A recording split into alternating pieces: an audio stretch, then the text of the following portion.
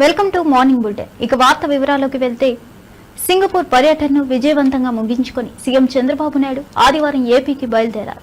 ఈ సందర్భంగా సింగపూర్లోని తెలుగు ప్రజలు ఆయనకు ఘనంగా వీడ్కోలు పలికారు. 4 రోజుల పర్యటనలో భాగంగా సీఎం చంద్రబాబు అక్కడ మొత్తం 26 కార్యక్రమాల్లో పాల్గొన్నారు. పలు బిజినెస్ మీట్లు, పారిశ్రామికవేత్తల సమావేశాల్లో పాల్గొన్న సీఎం పెట్టుబడులకు ఆహ్వానం పలికారు. మేక్ ఇన్ ఆంధ్రప్రదేశ్ అనే థీమ్తో జరిగిన కీలక సమావేశాల్లో సీఎం ఆకర్షణీయంగా మాట్లాడారు. రాష్ట్ర అభివృద్ధికి కొత్త శకం తెస్తామని చంద్రబాబు స్పష్టం చేశారు. సింగపూర్ చెక్ పార్క్ తరహాలో విశాఖ, అమరావతిలో టెక్ సిటీల ఏర్పాటు అంశంపై కూడా చర్చలు జరిపారు.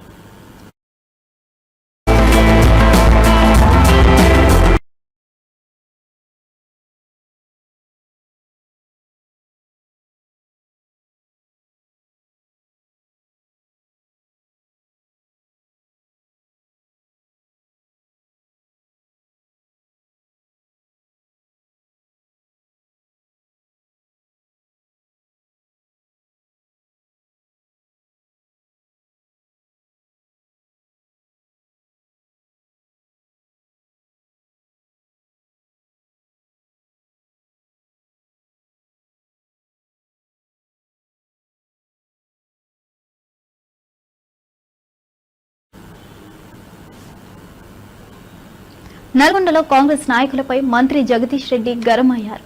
3 ఏళ్ల తర్వాత తానే సర్కస్ ఆట ఆడిస్తానని హెచ్చరించారు. ఎంత ఎగిరినా ఆ ఊపు కేవలం 3 ఏళ్ల వరకు మాత్రమేనని, తర్వాత ప్రజలు తాను వీరిని ఎలా ఆడిస్తారో చూస్తారని తెలిపారు. 2018 ఎన్నికల్లో నల్గొండ నియోజకవర్గంలో కాంగ్రెస్ నేత తన బాధ్యతగా తీసుకున్నానని గుర్తు చేస్తూ ఈసారి కూడా అదే తరహాలో కాంగ్రెస్ నేతలకు తగిన బుద్ధి చెబుతానని చెప్పారు. కాంగ్రెస్ నాయకులు చేసిన వ్యాఖ్యలు, చర్యలు ఊడతా ఊపులా ఉన్నాయని, ప్రజలు అటువంటివి గమనిస్తున్నారని అన్నారు. తాను కేవలం మాటలకే పరిమితమయ్యే వ్యక్తి కాదని, అవసరమైతే నేరుగా ప్రజల ముందుకు వెళ్లి వాస్తవాలు వివరిస్తానని స్పష్టం చేశారు.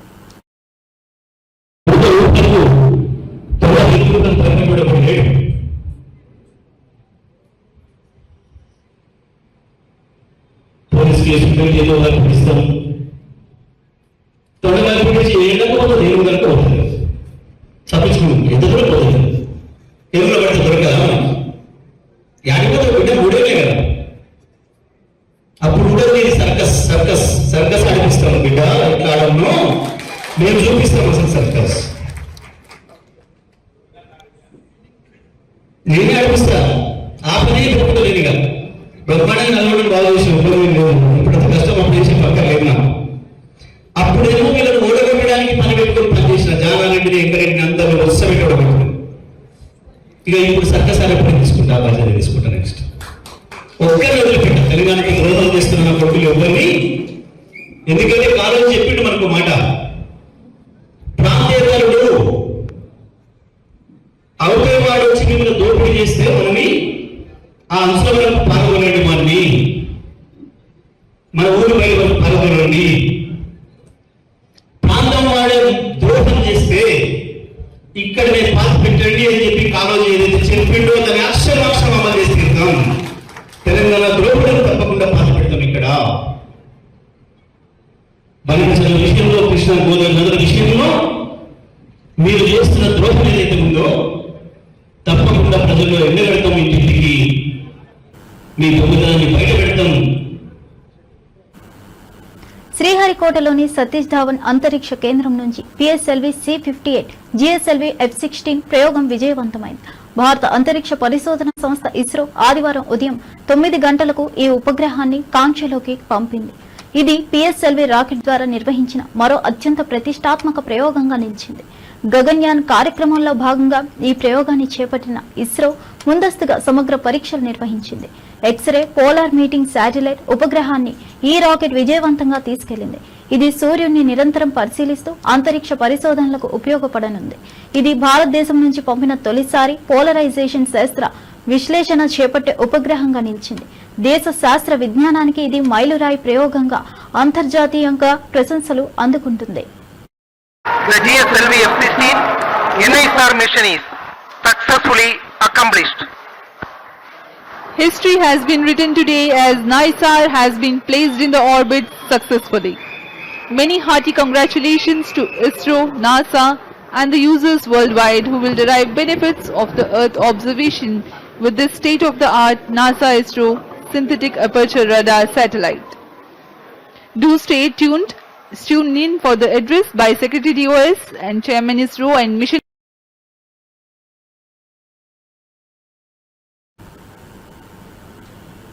బ్రాహ్మణ సంక్షేమంపై తమ ప్రభుత్వం కట్టుబడి ఉందని మంత్రి శ్రీధర్ బాబు స్పష్టం చేశారు. హైదరాబాద్ గౌలిదోటిలో సిబిఈ ఆధ్వర్యంలో నిర్వహించిన ఆత్మీయ సమ్మేళనంలో ముఖ్య అతిథిగా పాల్గొన్న ఆయన బ్రాహ్మణ సంక్షేమ పరిషత్పై కొందరు కావాలని దుష్ప్రచారం చేస్తున్నారని విమర్శించారు. ఇప్పటికే 25 కోట్ల నిధులను ప్రభుత్వం కేటాయించిందని తెలిపారు. రాబోయే రోజుల్లో మరిన్ని నిధులు అందజేస్తామని హామీ ఇచ్చారు. సీఎం రేవంత్ రెడ్డి నాయకత్వంలో బ్రాహ్మణుల సంక్షేమానికి ప్రభుత్వం చిత్తశుద్ధితో కృషి చేస్తుందన్నారు. ఆర్థిక విద్య రంగాల్లో బ్రాహ్మణ యువతకు మద్దతుగా పలు పథకాలు అమలు చేస్తామన్నారు. ఈ కార్యక్రమంలో పలువురు బ్రాహ్మణ సంఘాల ప్రతినిధులు సన్మానితులు పాల్గొన్నారు.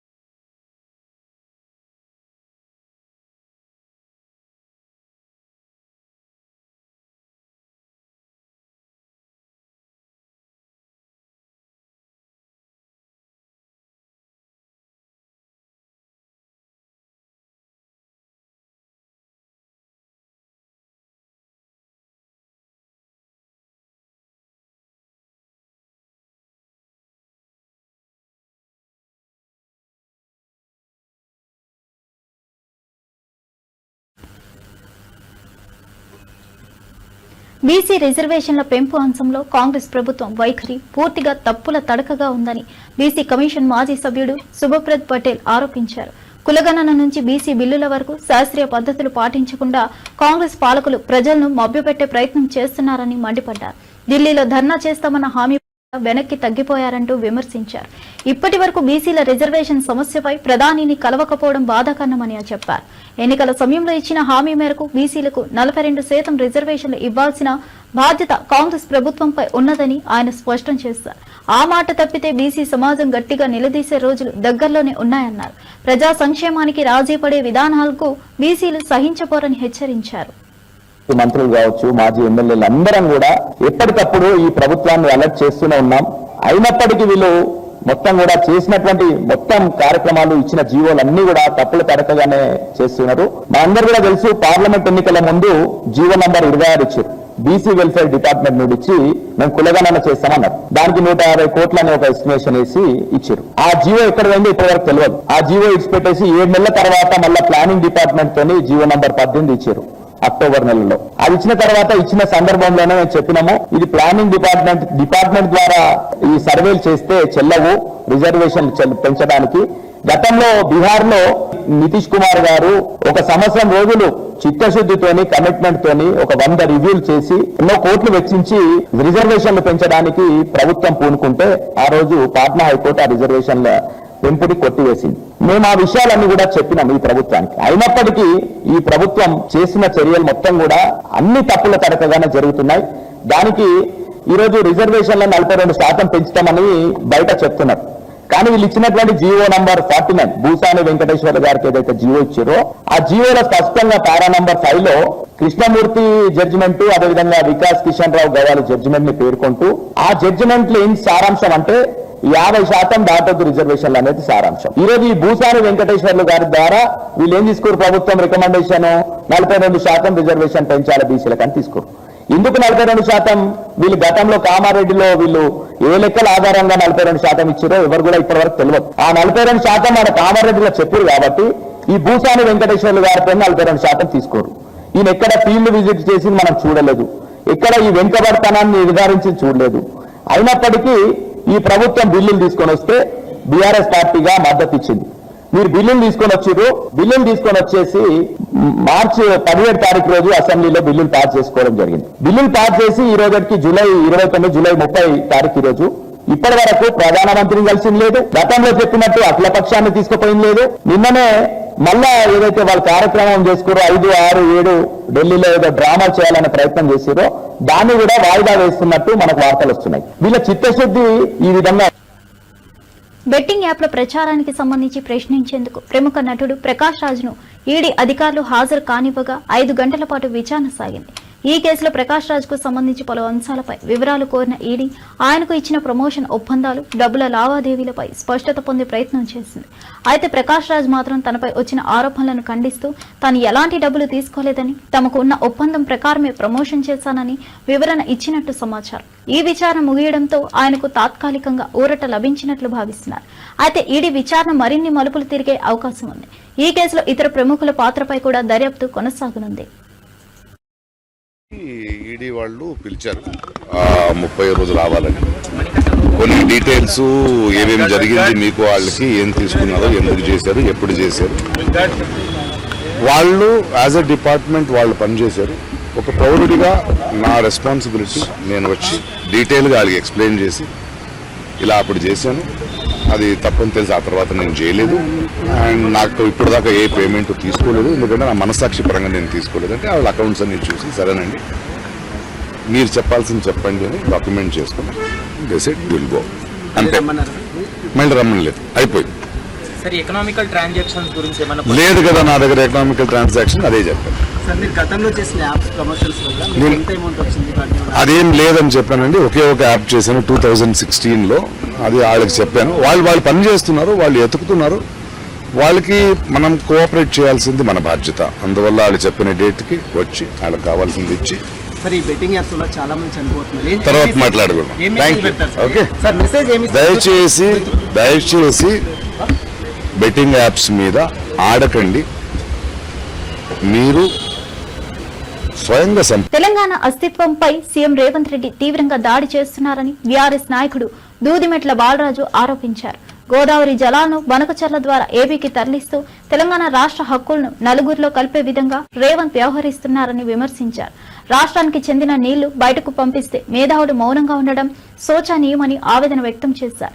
రాష్ట్ర నియామకాల్లో తెలంగాణ యువతను విస్మరించి ద్రోహులకు ఉద్యోగాలు ఇస్తూ ఏపీకి చెందిన వ్యక్తులకు కీలక పదవులు ఇచ్చి అన్యాయం చేస్తున్నారని మండిపడ్డారు. రేవంత్ పాలనలో తెలంగాణ సొమ్ము తెలంగాణ వారికే అందక ఇతరులకు దోచిపెడుతున్నారని ఆరోపించారు. రాష్ట్రం ఏర్పడిన ఆత్మగౌరవం, హక్కులను కాపాడుకునే బాధ్యత ప్రతి ఒక్కరిపై ఉందని పేర్కొన్నారు. అసెంబ్లీ సలహాదారుగా ప్రసన్న కుమార్ నియమిస్తే చంద్రబాబు నాయుడు పట్టకపోయింది వీళ్ళకి కనిపించట్లేదా? అనిల వాయిల్ల రెడ్కో ఎండీగా నియమించింది వీళ్ళకు కనపడతలేదా? నిమ్మగడ్డ రమేష్ కుమార్ ని అడ్మినిస్ట్రేషన్ స్టాఫ్ డైరెక్టర్ గా నియమించింది వీళ్ళకి కనపడతలేదా? డిజిటల్ మీడియా డైరెక్టర్ గా శ్రీరామ్ కర్రీని నియమించింది కనపడతలేదా అని అడుగుతాను. ఇవాళ ఒకవైపు నీళ్లను దోసుకపోతా ఉంటే ఈ మేధావులు మౌనం వహిస్తారు, నిధులను దోసుకపోతా ఉంటే ఈ మేధావులు మౌనం వహిస్తారు. మరి నియామకాల విషయంలో అప్పనంగా తెలంగాణ ప్రాంతంలో ఆంధ్రాకు సంబంధించినటువంటి మూలాలైనటువంటి వ్యక్తుల్ని, తెలంగాణకు ద్రోహం చేసే వ్యక్తుల్ని నియామకం చేస్తా ఉంటే ఎవరు మాట్లాడరు. ఎందుకు మౌనం వహిస్తున్నారు? ఇలా తెలంగాణ ప్రజల తరఫున అడుగుతా ఉన్నాం. చంద్రబాబు నాయుడు సమక్షంలో రేవంత్ రెడ్డి గారు జూలైలో బనకచర్ల సంబంధించిన నీళ్లను దోసుకొని పోవచ్చు, మీకు బనకచర్లకు మేము గ్రీన్ సిగ్నల్ ఇస్తున్నామని చెప్పేసి మాట్లాడితే సమావేశం పెడితే దీనిపైన ఏ రాజకీయ పార్టీ గాని, తెలంగాణలో నీటి రంగ నిపుణులు గాని, తెలంగాణలో మేధావులు గాని, తెలంగాణ ఉద్యమం పేరు చెప్పి ఆ రోజు కేసీఆర్ మీద ఇష్టం వచ్చినట్టు మాట్లాడినందుకు రేవంత్ రెడ్డి ప్రభుత్వంలో కొలువులు పొందిన కోదండరాం, కొలువులు పొందిన ఆకునూరు మురళి మాట్లాడారు. వీళ్ళు ఎందుకు మాట్లాడతలేరని అడుగుతాను. అదేవిధంగా ఇదే ఉత్తమ్ కుమార్ రెడ్డి గారు విజయవాడకు వెళ్లి చంద్రబాబు నాయుడుతో సమావేశం పరుచుకొని తెలంగాణ నీళ్లను ఆంధ్రాకు అప్పచెప్పితే ఎవరు మాట్లాడారు. రీసెంట్ గా ముఖ్యమంత్రి గారి రివ్యూ మీటింగ్ జరిగితే ఆ రివ్యూ మీటింగ్ లో ఓటుకు నోటు కేసులో ముద్దాయిగా ఉన్నటువంటి రేవంత్ రెడ్డి గారేమో మూటలు మోస్తే ఆ మూటలు అందించిన మనిషి ఉదయ్ సింహకు ఏం సంబంధం? తెలంగాణ సెక్రటేరియట్ లో తెలంగాణ సంబంధించినటువంటి సమావేశం జరిగితే ఆ సమీక్షలో ఉదయ్ సింహకు ఏం సంబంధం? ఉదయ్ సింహకు ఏం సంబంధం అడుగుతాను నేను. ఇలా తెలంగాణ ప్రభుత్వం నియమించబడ్డటువంటి ఈ ఆంధ్ర మూలాలైనటువంటి అధికారులకు తెలంగాణకు ఏం సంబంధం అడుగుతా ఉన్నాను నేను. ఇలా దీనిపైన ఏ మేధావి మాట్లాడు, ఎందుకు మౌనం వహిస్తా ఉన్నారు? ఇవాళ అదేవిధంగా తెలంగాణ ప్రాంతంలో గతంలో కేసీఆర్ గారు హెలికాప్టర్ వాడిన న్యూస్ అయ్యేది. ఇలా నేను అడుగుతా ఉన్నాను మీడియా ద్వారా, మిస్ వరల్డ్ పోటీలకు ₹1,00,000 ఖర్చు పెట్టి ఒక ప్లేట్ భోజనం వాడితే తెలంగాణ వాళ్ళు ఎవరు మాట్లాడకూడదా? ఏములవాడలో వెళ్ళి ఒక ప్లేట్ భోజనానికి ₹34,000 రేవంత్ రెడ్డి ఖర్చు పెడితే ఎందుకు మౌనం వహిస్తున్నారని అడుగుతా ఉన్నాను. అదే విధంగా ఇవన్నీ కేటీఆర్ గారు మాట్లాడితే, ఇవన్నీ బీఆర్ఎస్ పార్టీ మాట్లాడితే వ్యక్తిగతమైన దాడులు చేస్తా ఉన్నారు, వ్యక్తిగతంగా ఆరోపణలు చేస్తా ఉన్నారు, వ్యక్తిత్వాన్ని ఆనందం చేసేటట్టు మాట్లాడుతా ఉన్నారు. మా కేటీఆర్ గారు మాట్లాడిన మాటలలో ఏం తప్పుందని అడుగుతాను. ఇవాళ నేను 1,665 కోట్ల రూపాయలు సీఎం రమేష్ కు కట్టబెట్టిన మాట వాస్తవం కాదా అని అడిగినాం. సీఎం రమేష్ చర్చ ఏం పెట్టాలి? నీకు వచ్చిందా లేదా చెప్పాలి, కాంట్రాక్ట్ మీద మాట్లాడాలి, కాంట్రాక్ట్ వచ్చిందా లేదా మాట్లాడాలి. కానీ కులాల కుంపటిని పెట్టి రేపు జరగబోయే జూబ్లీస్ ఎలక్షన్ లో చలిగాసుకునే ప్రయత్నం ఏదైతే ఉందో దాన్ని భారత రాష్ట్ర సమితి ఖండిస్తా ఉంది. వాస్తవం కాదా? ఏదైతే హెచ్యూ భూములకు సంబంధించి 400 ఎకరాలను ఒక బ్రోకరేజ్ సంస్థ ద్వారా మీరు సీఎం రమేష్ మధ్యవర్తిత్వం వహించి మరి 10,000 కోట్లు ఇప్పిస్తానంటే సినిమా ఇండస్ట్రీలో తన వెనుక ఎవరూ లేరని, ఎలాంటి బ్యాక్గ్రౌండ్ లేకుండా వచ్చానని హీరో విజయ్ దేవరకొండ స్పష్టంగా చెప్పారు. డాక్టర్ కొడుకు డాక్టర్ అవ్వాలనుకున్నా అతనికి దారి చూపే తండ్రి ఉంటారని, కానీ తనకు అలాంటి మార్గదర్శకత్వం ఎవరూ ఇవ్వలేదని పేర్కొన్నారు. తాను అన్ని విషయాలు స్వయంగా నేర్చుకోవాల్సి వచ్చిందన్నారు. అయితే తన సోదరుడు ఆనంద్ దేవరకొండ మాత్రం తన అనుభవాల వలన ప్రయోజనం పొందుతున్నాడని తెలిపారు. ఆనంద్ కి తానే గైడెన్స్ ఇస్తూ దారి తేరుస్తున్నట్లు వివరించారు. ఒక్క అడ్వాంటేజ్ కూడా వృధా చేయకుండా అందిపుచ్చుకుంటాడని విజయ్ వ్యాఖ్యానించారు. డిసిషన్ తీసుకోవాలంటే వాళ్ళకి ఫాదరు లేకపోతే దాని వెనకాల ఎవరన్నా ఒకరు ఉండి దాన్ని ఇది ఒక 6 నెలలు దాన్ని ఒక స్టోరీ ఎవరైనా చేయాలంటే దాన్ని రీక్రియేట్ రాయటం ఇదంతా చేయడానికి దానికి ఎవరో ఒకరు సపోర్ట్ ఉండాలి. లేకపోతే దాన్ని నేను ఎవరో ఒకరు బ్యాక్గ్రౌండ్ ఉంటుంటారు, నాది అట్లా కాదు, నాకు నేనే చేసుకోవాలి, నా వెనకాల ఎవరు లేరని. కాకపోతే సోషల్ మీడియాలో ఇదేమో నెపోటిజం దీనిపైన ఇలానే వచ్చింది మొత్తం కూడా. ఇప్పుడు మీరు మీ ఫాదర్ జర్నలిస్టా ఆర్ మీరే ఫస్టా? నేనే ఫస్ట్. ఇప్పుడు నాకు కొడుకు వచ్చి వాడు యాక్టర్ అవుదాం అనుకున్నప్పుడు వానికి నా ఎక్స్పీరియన్స్ అంతా వానికి వస్తుంది. అది వాని అదృష్టం, వాని తప్పు కాదు.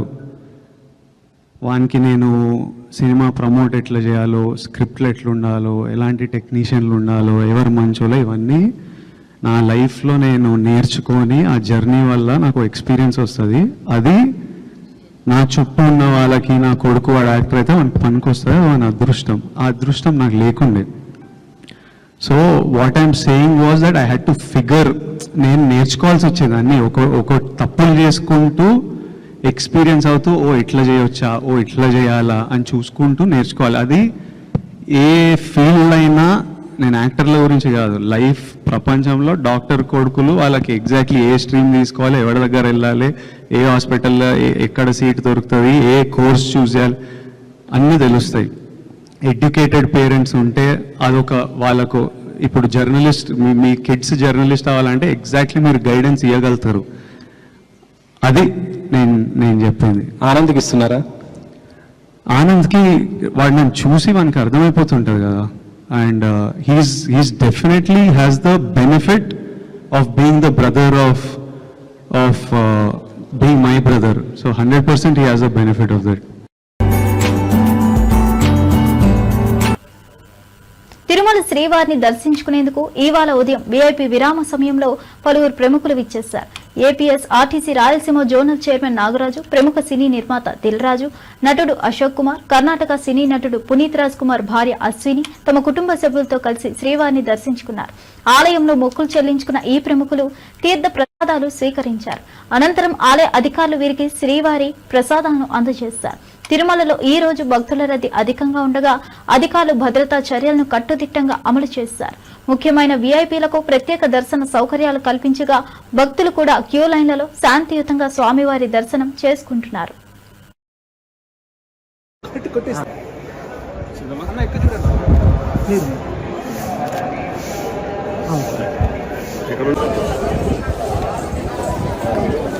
మహారాష్ట్ర మంత్రి గారు వచ్చి తీసుకున్నారా? ఇంకొక ఎంపీ గారు కూడా వచ్చి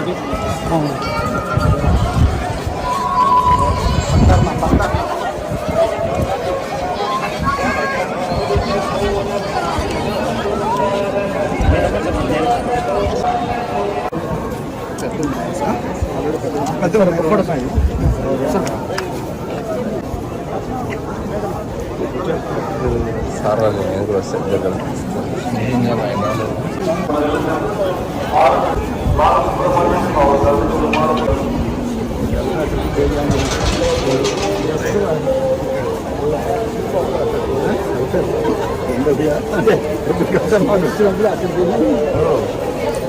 మీరు మొత్తం కవర్ చేసేలా ఉన్నారు. నేను అదొకటే, నేను కాదు అక్కడికి వెళ్తాం ముందు రోజులు. నేను అన్ని ఇక్కడికి వస్తే మెయిన్ ఇంపార్టెంట్ అన్ని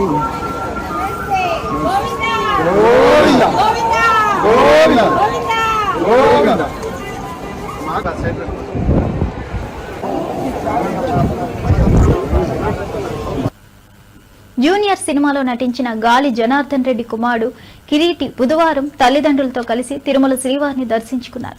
వీఐపీ ప్రారంభ విరామ సమయంలో స్వామివారి సేవలో పాల్గొన్నారు. టీటీడీ అధికారులు వీరికి స్వాగతం పలికి దర్శన ఏర్పాట్లు చేశారు. దర్శన అనంతరం రంగనాయకుల మండపంలో పండితులు ఆశీర్వచనం చేసి తీర్థ ప్రసాదాలు అందజేశారు. ఇటీవల విడుదలైన జూనియర్ సినిమాకు మంచి ఆదరణ లభించగా ఈ సందర్భంగా కిరీటి తన మొక్కులు చెల్లించుకున్నారు. భక్తుల మధ్య ఆయనకు అభిమానం పెరుగుతుంది.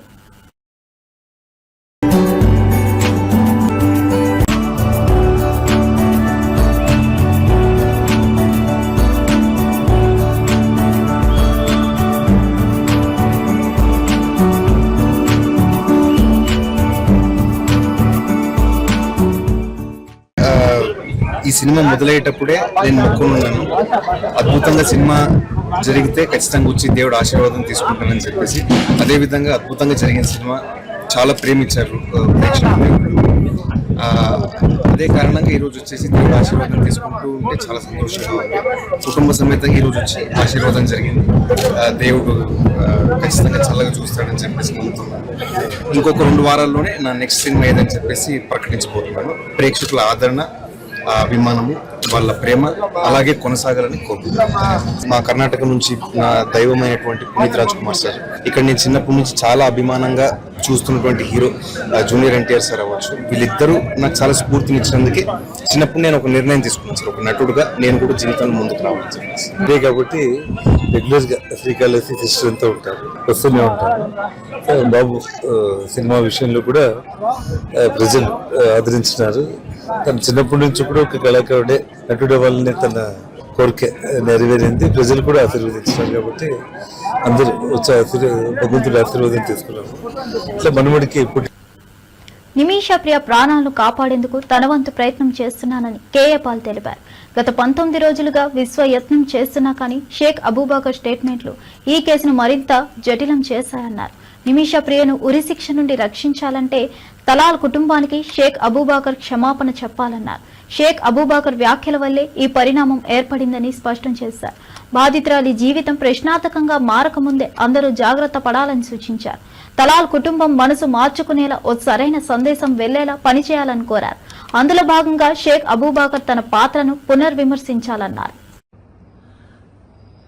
Kerala Kanchapuram Sheikh Abubakar statements have ruined the life of Nimisha Priya.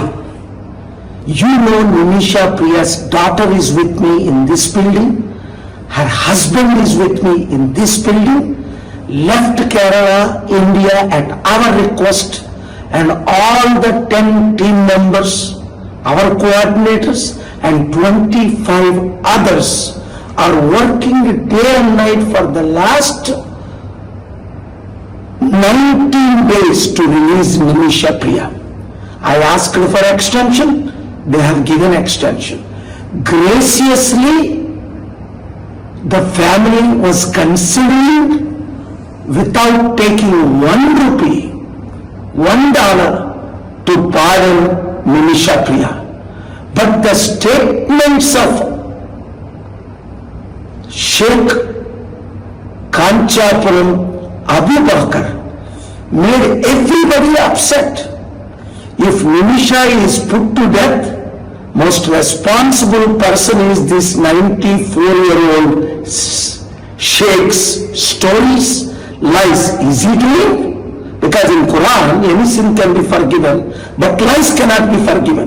Or his office is doing, because Abdul Fattah, the brother, is demanding a debate live that Sheikh Abubakar never been in touch with him any of his family members or any of his relatives, any person, they never offered him money. He put it on Facebook post July 22nd, again 23rd. Yesterday he wrote in the letter, and now he went to the governments to put Nimisha to death again. After 19 days we worked so hard for a good result. This sheikh is doing more harm than any good. Therefore, I am demanding Sheikh Abu Bakr to publicly apologize to Abdul Fattah Talal family, say sorry, or expose who you met, what he is demanding. So, my dear friends, if you know to do good, do it. Don't harm Nimisha Priya's daughter. Nimisha Priya husband left Kerala with me. We have become a family crying. Liquor scam లో తమపై తప్పుడు ఆరోపణలు చేస్తున్నారని, అసలైన లక్ష్యం YS Jagan ని target చేయడమేనని మాజీ మంత్రి పేర్ని నాని మండిపడ్డారు.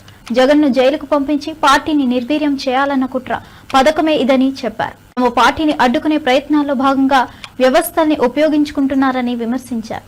జగన్ తో మాట్లాడి ఎవరో డీల్ కుదుర్చుకుంటున్నారని అనుకున్నా అది సాధ్యం కాదని, అందుకే కేసుల పేరుతో రాజకీయ వేధింపులు పెంచుతున్నారని ఆరోపించారు.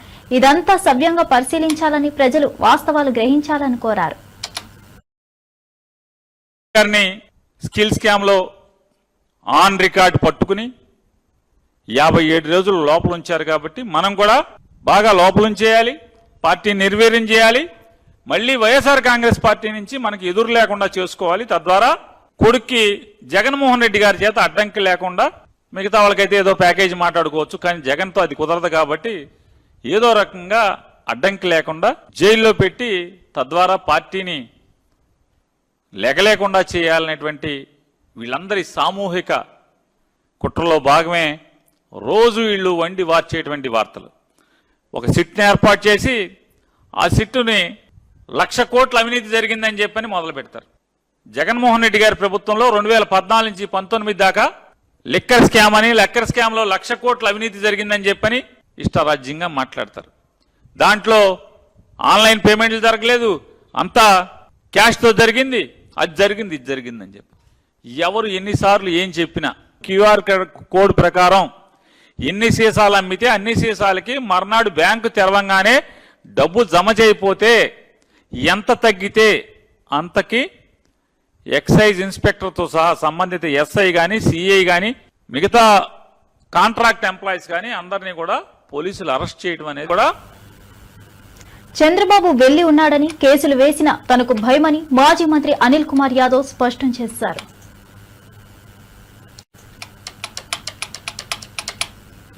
తనపై కేసులు పెట్టేంత వరకు ఎదుటి వాళ్లకు ధైర్యం వచ్చిందన్నారు. అటెంప్ట్ మర్డర్ చేసిన వాళ్ళు బయట తిరుగుతుంటే తాను ఎందుకు వెనుకడుగు వేయాలని ప్రశ్నించారు. జిల్లా సరిహద్దులో ఉన్న కార్యకర్తలందరూ తరలి రావాలంటూ పిలుపునిచ్చారు. మన టైం వచ్చిందని, ఇప్పుడు మన బలం చూపించే సమయం ఇదేనని చెప్పారు. రాజకీయంగా ఎదుర్కొనాలని, ఈ కుట్రలకు భయపడే ప్రసక్తే లేదని స్పష్టం చేశారు. కార్యకర్తలందరూ ఒక్కతాటిపై ఉండాలని సూచించారు. వ్యాపారం వేరే, వ్యక్తిగతం వేరే, రాజకీయం వేరే. అట్లాంటి జగన్మోహన్ వస్తుంటే ఆపాల, ఎవరు రాకూడదు. ఎక్కడైనా ఉందా? 46 మండలాలు ఉంటే 46 మండలాలకు సంబంధించి ఎస్ఐలు ప్రెస్ మీట్లు పెట్టటమా? 2,000 మంది పైగా నోటీసులు ఇవ్వటమా? ఈ జిల్లా చరిత్రలో అనేది రాష్ట్ర చరిత్రలో ఎక్కడ జరిగిందా? ఇక మాజీ ముఖ్యమంత్రి జిల్లా అధ్యక్షుడు వస్తా ఉంటే ఎవరో భయపరం. ఈరోజు అనిల్ మాట్లాడాడు కాబట్టి శుక్రవారం అనిల్ ఎత్తుతాం, శనివారం ఎత్తుతాం అని రెడీ. ఊరే సిద్ధంగా ఉన్నాం స్వామి, ఎత్తండి, ఎప్పుడు ఎత్తుతారు ఎత్తండి. ఏమవుద్ది? 30, 60, 90 లేకపోతే 120 ఏముంది? నేను ఎన్నోసార్లు చెప్పా. చంద్రబాబు నాయుడు కూడా పోయాడుగా జైలుకి, నాకేం మొహం ఉంది. ఇవండి ఈనాటి విశేషాలు. మరో బులెటిన్తో మళ్ళీ కలుద్దాం.